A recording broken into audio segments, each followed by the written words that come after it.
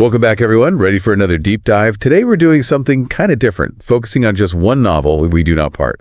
By Kang. Right, by Kang. You might know her. She just won the 2024 Nobel Prize in Literature, which is huge. It is, and deserved, too. Her writing, it's just intense, really poetic, digs deep into emotions, especially when it comes to trauma, like historical trauma, and how fragile we are, facing that kind of stuff. For sure. And this book, We Do Not Part, it's all about this intense friendship, right? Between these two women, Kyungha and Inseon. What makes their bond so, captivating? Well, it's built on shared experience, happy and sad times, all that. There's this, they just get each other, even without saying it. So Kyungha, she gets this message, super urgent, from Inseon. Okay. And Inseon's been hurt. She's in the hospital in Seoul. Oh, no.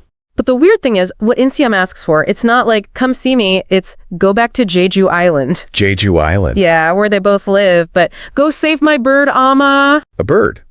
That's a pretty unusual request, right? What's so special about this Amma? That's part of what the book explores. Amma become this symbol of hope, clinging to life when everything's going wrong around them. I see. So Kyungha, she sets off, right, back to Jeju, but then bam, huge snowstorm. Oh, man. The island itself, it's beautiful but isolated, so that adds to the whole thing. It almost becomes like another character. Wow, yeah, I could see that. So this snowstorm, got to be a big deal in the story, right? Symbolic and all that. Totally. It's like this metaphor, nature's power bearing down on these women, mirroring their own internal struggles. Right. There's this one part, Kyungha's fighting through the snow, and Kang writes, "The wind whipped at her face, a stinging reminder of all that was lost and all that remained at stake." Like you feel it, the weight of the storm, both physically and emotionally. Oh, wow. Yeah, powerful stuff. And then on top of all that, there's this whole forgotten chapter of Korean history woven in. Can you tell us anything about that without, spoiling it? Yeah, it's smart how Kang does it. It's her way of exploring how historical trauma keeps affecting people, even generations later. That's interesting. It's like a wound that never fully heals.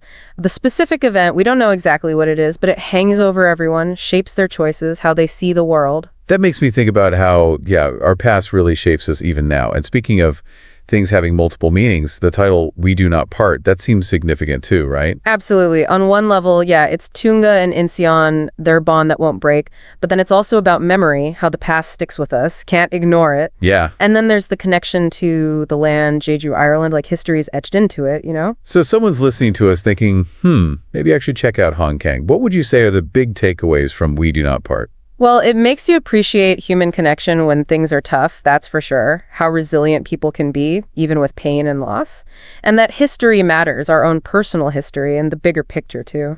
It kind of makes you wonder, doesn't it? What about our own lives? What's hidden there, waiting to be, uncovered? Definitely. If you're into stories that mix the personal with history, stories that stick with you, this one's for you. Add it to the reading list, We Do Not Part. And if you like it, The Vegetarian, another one by Kang, that's amazing too. Similar themes, really powerful stuff. Thanks so much for joining me today. This was great. My pleasure. And listeners, as always, thanks for tuning in. We'll catch you next time for another deep dive.